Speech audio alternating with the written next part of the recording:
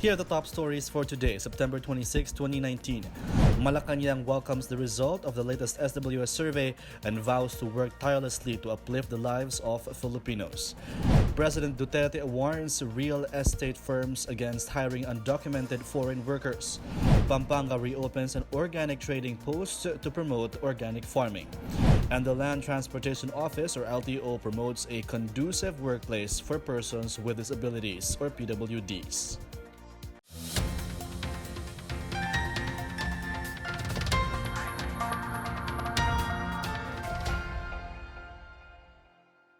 Good day, I'm William Theo. Welcome to the PNA Newsroom.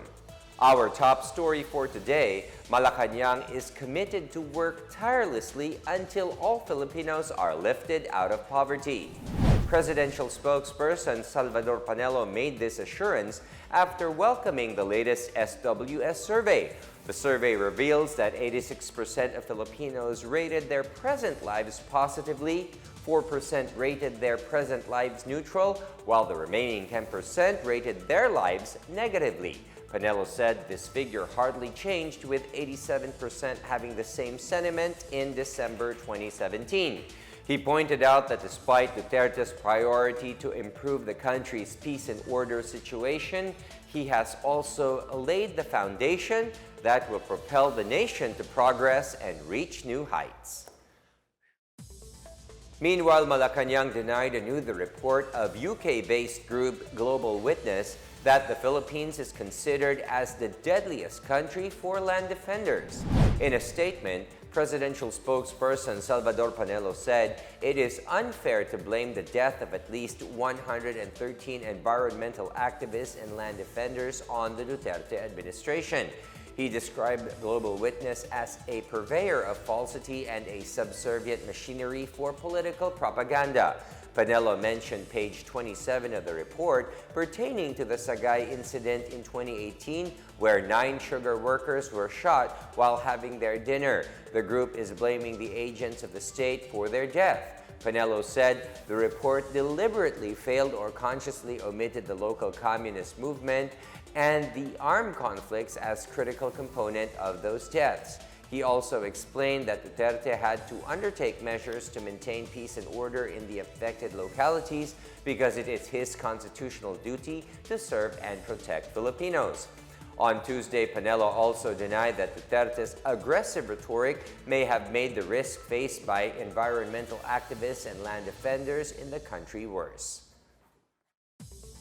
The Armed Forces of the Philippines said it will conduct another investigation on the alleged maltreatment that resulted in the death of PMA Cadet 4th Class Darwin Dormitorio and similar cases. AFP spokesperson Marine Brigadier General Edgar Arevalo said the order came from newly appointed AFP Chief of Staff Lieutenant General Noel Clement, who will also be sending an Inspector General to conduct an independent, thorough, and impartial investigation on what really happened in PMA. Meanwhile, PMA Deputy Dean for Academics Colonel Claro Unson, who attended the internment of Dormitorio, admits that failure to strictly enforce the anti-hazing law was one of the shortcomings of officials of the PMA. He said PMA failed to ensure the implementation of the law that could have prevented the death of Dormitorio and other trainees before him. However, Unson assured that there would be no cover-up in the ongoing investigation of his death. Meanwhile, criminal cases will be filed against 3 cadets and a physician in connection with Dormitorio's death. According to Baguio City Police Chief Colonel Alan Ray Co, charges for violation of the anti-hazing law will be filed against Cadet First Class Axel Ray Sanupao, Cadet Third Class Shalimar Imperial, and Cadet Third Class Felix Lumbag, while a separate case for criminal negligence will be filed against a physician, Captain Flor Apple Apostol, who diagnosed Dormitorio as suffering from urinary tract infection or UTI. President Duterte signed several laws this week. On Wednesday, President Duterte signed into law Republic Act 11449 that will impose life imprisonment on bank hackers. Under the said law, hackers who will try to access bank systems and personal online bank accounts can now face life imprisonment and fines of up to 5 million pesos. He also signed into law the Transnational Higher Education Act that encourages partnerships between foreign and local universities. Under the Republic Act 11448, foreign universities through a local partner could put up branch campuses as long as Filipino students comprise at least 2/3 of enrollment. Foreign universities are allowed to promote twinning arrangements or joint degrees with local universities, while local universities are also allowed to offer their services abroad. President Duterte also signed into law Republic Act 11459 that creates 100 positions for judges at large.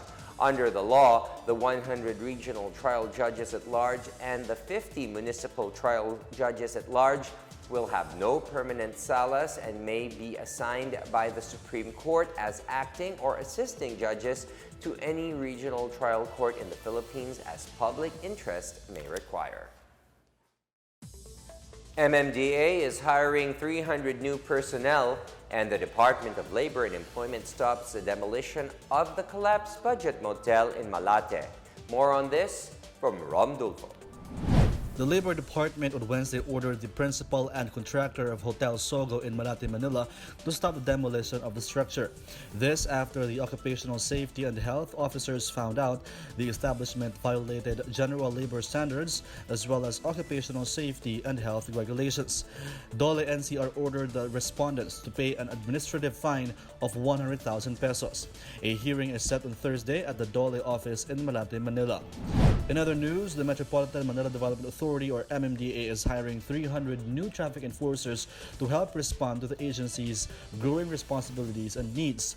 Aside from basic documentary requirements and at least 2 years of college education, candidates be at least 5 feet and 2 inches for females, at least 5 feet and 4 inches for males, and not more than 35 years old. The salary of traffic enforcers starts at 8,000 pesos per month, and those interested may visit the MMDA office in Makati City to submit their applications. Meanwhile, a Qatar visa center is launched at the NU Mall of Asia building in Pasay City on Wednesday, September 25. The new facility will serve as a one-stop center for both work and resident visa applicants, where they could have their biometrics enrolled and medical checkup. For those seeking jobs in Qatar and have received their visa reference number from their prospective employer, the next step would be to book an appointment at the Qatar Visa Center at www.qatarvisacenter.com. For the PNA Newsroom, I'm Rom Dulfo. Still to come, the Mindanao Development Authority has called on local governments to join hands with the private sector in preventing the entry of African swine fever. And the Bureau of Internal Revenue shuts down a POGO service provider for tax evasion. More on these when the PNA Newsroom continues.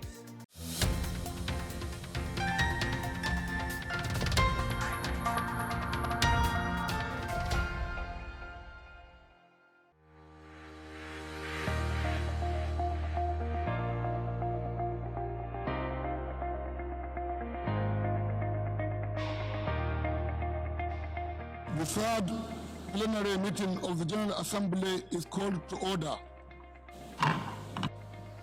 I now give the floor to the Secretary General of the United Nations, His Excellency Antonio Guterres.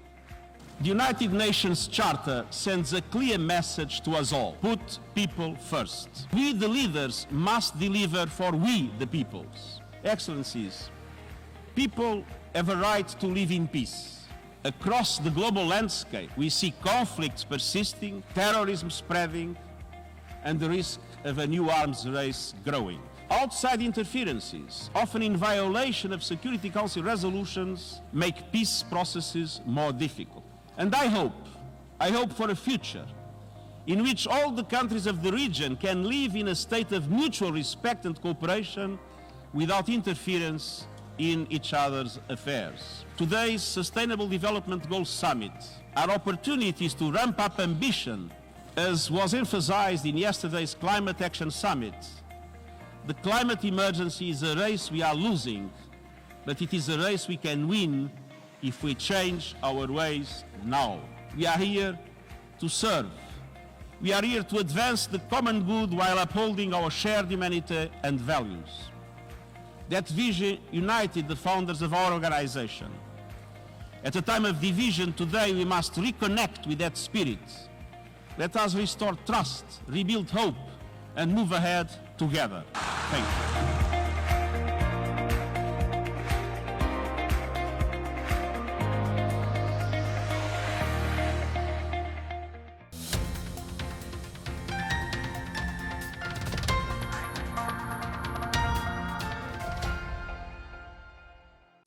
Foreign Affairs Secretary Teodoro Locsin Jr. on Wednesday reported that the first draft of the Code of Conduct in the South China Sea has been completed. During a speaking engagement in the Asia Society Policy Institute, Locsin bared that China has softened its insistence on controversial provisions, excluding external military presence in the strategic waters. He said President Duterte himself asked the state parties to rush the negotiations, and the talks went smoothly after. Earlier reports said Beijing proposed the creation of a notification mechanism on military activities whenever necessary. Although the reported text did not specifically mention Western military, the said provision sought the exclusion of countries outside the region unless the parties concerned are notified beforehand and express no objection. Locsin did not mention what steps will be taken next following the concluded first draft of the COC. Meanwhile, Professor Julian Koo of the Hofstra University School of Law believes that a legally binding COC is important to reflect the parties' commitment to its text. On the other hand, Senior Associate Justice Antonio Carpio urged ASEAN states to ensure that the COC will not supplant the United Nations Convention on the Law of the Sea, or UNCLOS, despite settlement mechanism. President Duterte on Wednesday night warned real estate firms against hiring undocumented foreign workers or trafficking illegal drugs. Duterte said that while he was confident about the success that would arise from business ventures, he did not want these firms to employ illegal foreign workers. Duterte also warned them against committing other crimes, noting that there would be no problem as long as they play by the rules. While I recognize the potential of these projects to help the Philippines withstand future challenges in the global setting, I nonetheless stress that your building should never serve as a haven for undocumented foreign workers or for the manufacture of and trafficking of illegal drugs. This is in line with this administration's unrelenting commitment towards the eradication of corruption and illegal drugs in this country. I am sure that with me in this drive, especially considering criminality and illegal drugs are detrimental to the good business. May I just say, and I have repeated it several times, that if you go into drugs, if you're a drug lord, or if I catch you importing or manufacturing drugs in this country, and you destroy my country in the process, I will kill you. Make no doubt of it. Even with the United Nations listening, I will kill you. Period. I don't mind. The Asian Development Bank has slightly reduced its economic growth forecast for the Philippines for the next 2 years, even as the country remains one of Asia's best performers. The multilateral bank revised its forecast for GDP growth to 6% in 2019 and 6.2% in 2020 against its previous forecast of 6.4% for both years. Country Director Kelly Bird attributed the revision to slowdown in the global economy and in domestic investment caused mainly by the 2019 budget impasse. Bird advises that public spending should regain traction for the rest of 2019, with the government committed to catching up with its spending plans. In the long term, Byrd cited proactive policy reforms that are laying the foundation for higher growth, including the Tax Reform for Acceleration and Inclusion, Ease of Doing Business Act, and rice reforms, among others. The government's drive against erring taxpayers claimed that one of the biggest Philippine offshore gaming operator service providers on Wednesday after it was padlocked for tax evasion. Joint operatives trooped to the office of Great Empire Gaming and Amusement Corporation, or GECAC, in Eastwood City in Libis, Quezon City, to serve the closure order. BIR Deputy Commissioner Arnel Gubalya said that GECAC should be paying value-added tax for its operations outside the Subic Freeport Zone, where its main office is located. The company has another office operating in Parañaque City, which were simultaneously closed.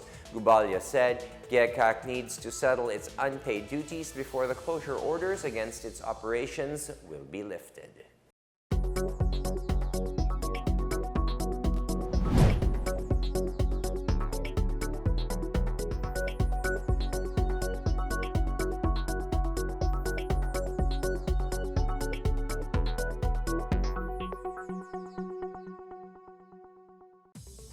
The Mindanao Development Authority calls on the public and private sectors to combine efforts to prevent the entry of African swine fever in Mindanao. More on this and other news from the provinces from Janice Cabe. The Mindanao Development Authority has called on local governments to join hands with the private sector in preventing the entry of African swine fever into Mindanao. Secretary Emmanuel Piñol called on all mayors and governors to issue an executive order against ASF, as Mindanaoan hog growers agreed that it is best addressed starting with local government units. Hog raisers have also appealed to consider Mindanao as a special quarantine zone to maintain its ASF-free status. In Negros Occidental, leaders of the Catholic Church led the declaration of climate emergency in a forum that drew some 5,000 students at the University of St. LaSalle Coliseum on Tuesday. Bishops Patricio Buzon of the Diocese of Bacolod, Louis Galbines of the Diocese of Gamangkalan, and Gerardo Alminaza of the Diocese of San Carlos issued the declaration in solidarity to the June 14, 2019 call of Pope Francis. The bishops also echoed the Pope's warning that everyone shall experience global warming's catastrophic effects if not addressed in a decade. Meanwhile, the National Commission on Culture and the Arts is encouraging members of the South Luzon Association of Museums to hold activities all year round, aside from the celebration of the Museum and Galleries Month in October. Father Harold Rentoria, OSA, NCCA Commissioner on Cultural Heritage, made the call when asked for ways to level up the impact of this year's celebration. The Museums and Galleries Month is observed every month of October. For some time, the NCCA has put the national celebration on hold and revived it anew this year to bring back the purpose of galleries and museums to the consciousness of the Filipino people. For the PNA Newsroom, I'm Janice Cabe. Up next, the World Health Organization has designated the Philippines as focus country for Childhood Cancer Global Initiative. And Pampanga reopens an organic trading post to promote organic farming. The PNA Newsroom returns after these reminders.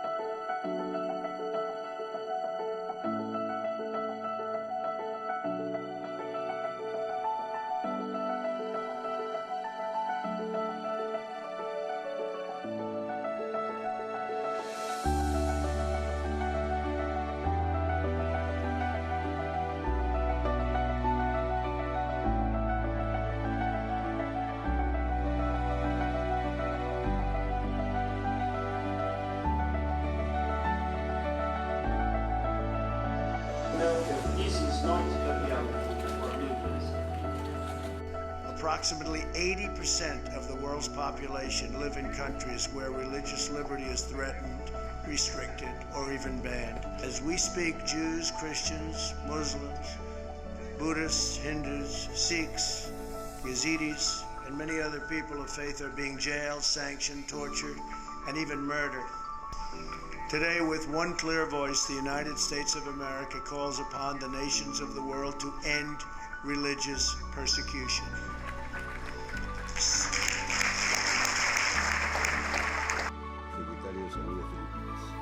Excellencies, ladies and gentlemen, it is indeed my honor to deliver this statement on behalf of the Philippine President Rodrigo Roa Duterte. The Philippines joins other member states in the earnest pursuit of universal health coverage and took the bold step last February 2019 to pass our very own UHC law. The universal healthcare is a progressive realization. So on year 1, ang isang mapapromise natin is that yung access ng mga Pilipino to basic services is available and free at the point of service doon sa mga mahihirap na Pilipino. The transformation of the Philippine health sector requires a whole of system, a whole of government, and a whole of society effort. This is true for our UHC reforms.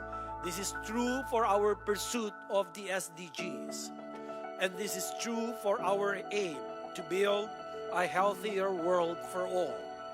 Thus, for our part, the Philippines renews its commitment to achieving our unified goals and to further strengthen our partnerships and collaborations.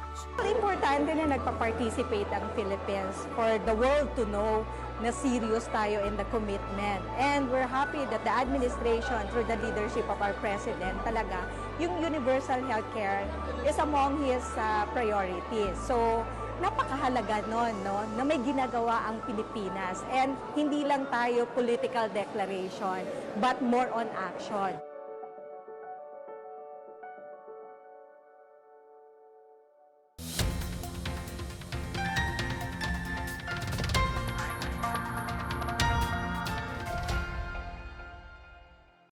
The city government of San Fernando has reopened the organic trading post here in a bid to promote organic farming in Pampanga.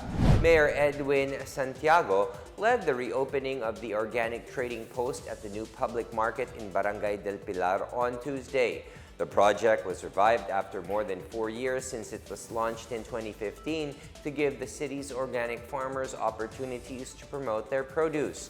The trading post would provide easy market access and push organic farmers here to produce more.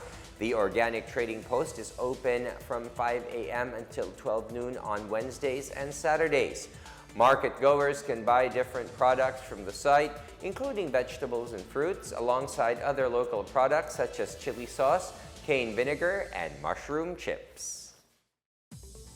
In our 4 news, rescue efforts are in progress after a 5.8 magnitude earthquake jolted parts of Pakistan. The worst affected area was Mirpur district in Kashmir, where 20 people lost their lives and more than 300 others were wounded, while 1 woman was killed and 20 others were injured in Jhelum district in the eastern Punjab province. Pakistani police fear that the death toll might further rise as scores of others have been buried under the debris in the town. Meantime, rescue teams were facing severe challenges to shift bodies and injured persons to hospitals because 3 road links to the town have been disconnected due to severe damages. Pakistani President Arif Alvi and Prime Minister Imran Khan expressed sorrow over the losses and instructed authorities to take quick and special measures to provide relief to the victims. Meanwhile, the United Nations announced on Wednesday that more than 700 civilians have been killed since the beginning of 2019 as a result of the ongoing conflict in war-torn Yemen. Liz Grande, the humanitarian coordinator in Yemen, said that it is very unfortunate that these tragedies took place as world leaders gather for UN General Assembly meeting to promote peace. She said the time has come for everyone to find ways to end this heinous war. The impoverished Arab country has been locked in a civil war since late 2014. The World Health Organization has designated the Philippines as the first focus country in the Western Pacific for the Global Initiative for Childhood Cancer. The country was selected because of its tremendous efforts of the pediatric and civil societies on behalf of cancer patients and their families. The WHO also noted strong political commitment and foundation efforts supporting children with cancer, as proven by the passage of the Universal Health Care Act and the National Integrated Cancer Control Act. The Philippine Society of Pediatric Oncology said there are at least 4,700 Filipino children identified with cancer annually. On the other hand, the country has 130 hospitals treating children with cancer, but only 3 have dedicated pediatric oncology wards in Metro Manila and in Davao. Through the global initiative, stakeholders of childhood cancer aim to increase the prioritization of the disease and increase the government's capabilities to provide quality services for children. The Integrated Provincial Health Office in Antique is urging people suffering from depression to avail of the Adolescent Health Connect services of the Department of Health. The AH Connect provides counseling services for adolescents and people suffering from depression 24 hours in 7 days. Trained nurses are ready to assist callers to provide counseling and other psychosocial support, such as referrals to the nearest health facility. The Antique Provincial Police Office has reported 16 cases of suicide from January 1st up to September 23rd of this year. The suicide cases involved 4 males and 1 female with ages ranging from 17 to 35. Last year, there were 13 suicide cases, 12 males and 1 female with ages ranging from 19 to 77 years old. Here are the latest events in our community billboard. Gov't lovers are invited to Leyte as the 11th Oktoberfest organized by the Anwaray Party List takes center stage on October 18. The local version of the Oktoberfest will be held at the Leyte Academic Center as part of the 75th Leyte Gulf Landings commemoration. Meanwhile, the Banana Curacha or Bakura Festival will be held at the Zamboanga City Jail compound. The festival will showcase various banana and curacha cuisines, as well as the cooking skills and talents of persons deprived of liberty. The Bakura Festival will be part of their participation in the Zamboanga Hermosa Festival this October. In Legazpi City, the exhibit featuring the life story of St. John Paul II at the Museo de Legazpi will be extended until November. Guests are invited to view the late Pope's life story and the items used during his visit to this city on February 21st, 1981. Workplaces are now adjusting to accommodate persons with disabilities as workers. The Land Transportation Office's latest facility not only follows advanced safety standards, but also has a work environment safe for PWDs. Teresa Montemayor has the story. The overly long wait for the release of new license plates is now over, with the continued operation of the Land Transportation Office's new plate-making facility inaugurated last year. The facility not only produces more and improved license plates in less time, it also offers a safer place for operators and has become a conducive workplace for persons with disabilities or PWDs. LTO Chief Edgar Galvante said since the inauguration of the new plate-making facility, anyone who can read and understand instructions is capable of working in the new facility. They have hired 4 PWDs to date, such as Quality Assurance Inspector Edwin Sherwin Milanes, an amputee, and Maricar Perez, a machine operator who can speak through sign language. Aside from allowing the hiring of more PWDs, the new facility is also safer to all personnel. Since the installation of IDE robot or the facility's automatic embossing machine, operators are more secure and safe because the machine itself is covered in polycarbonate glass. The automation process has also lessened the number of human errors, speeding up the release of license plates. The DOTR said the robot can produce around 700 plates an hour, which totals to almost 6,000 pairs of plates in an 8-hour shift. The facility also houses 7 manual embossing machines and 5 units of RFID printers. To date, the Transportation Office said about 1.9 million pairs of license plates have been made and are being distributed by the Land Transportation Office. For the PNA Newsroom, I'm Teresa Montemayor. Let's check out the weather forecast from Pag-asa. The country continues to experience fair weather through the northeasterly surface wind flow over northern Luzon. Batanes, Isabela, and Cagayan, including Babuyan Islands, will have cloudy skies with rain showers and isolated thunderstorms. Metro Manila and the rest of the country will experience partly cloudy to cloudy skies with isolated rain showers.